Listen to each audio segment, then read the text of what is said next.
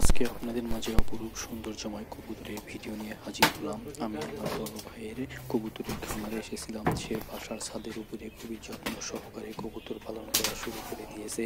তার এই কবুতরগুলো দেখতে পেয়ে আমি ভিডিও করলাম। বাচ্চাগুলো দেখতে পেয়ে অনেক বেশি ভালো লাগলো। আসলে কবুতর আমরা যারা পালন করি তারা শখের বশে পালন করে থাকি, যার কারণে কবুতরের প্রতি আমাদের অন্যরকম একটা মায়া কাজ করে। তাই এই কবুতরগুলোর ফটোগ্রাফি আমি করেছিলাম। আজকে আপনাদের মাঝে ভিডিওটা শেয়ার করলাম। আসলে এই কবুতরগুলো দেখতে পেয়ে অনেক বেশি ভালো লাগলো, কারণ সেখানে বিদেশি জাতীয় অনেক রেসার কবুতর ছিল। এটা একটা রেসার কবুতর বাচ্চা দিয়েছে, দেখতে পাচ্ছেন। এই বাচ্চাগুলো খুব তাড়াতাড়ি বড় হয়ে ওঠে। তারপরে উপরে আমি রেসারগুলো দেখতে পেলাম।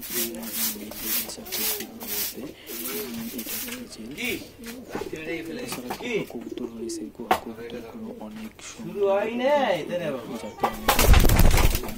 স্পর্শ করলাম। আমার হাতের স্পর্শে কবুতরগুলো যেন ছুটে ছিল। এত কবুতরগুলো খুব তাড়াতাড়ি এই যারা করে যাচ্ছে। আপনারা যারা কবুতর পালন করবেন তারা শীতের সময় কবুতরের রোগ বালাই সম্পর্কে ভালোভাবে সচেতন হবেন এবং ভ্যাকসিন দিবেন।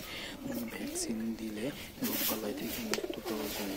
তো আপনারা যারা কবুতর পালন করবেন তারা অবশ্যই রোগ বালাই সম্পর্কে কবুতর সম্পর্কে করবেন। এই কবুতর অনেক বেশি ভালো লেগেছে। তাই আজকে কবুতরের খামারে এসে কিছু মুহূর্ত উপভোগ করে আমি সেগুলো ভিডিও করে আপনাদের মাঝে শেয়ার করলাম। আশা করছি আমার এই কবুতরের ভিডিও দেখতে পেয়ে আপনাদের ভালো লাগবে। পরবর্তীতে আবারও ভিন্ন আপনাদের মাঝে হাজির হবো ইনশাল্লাহ।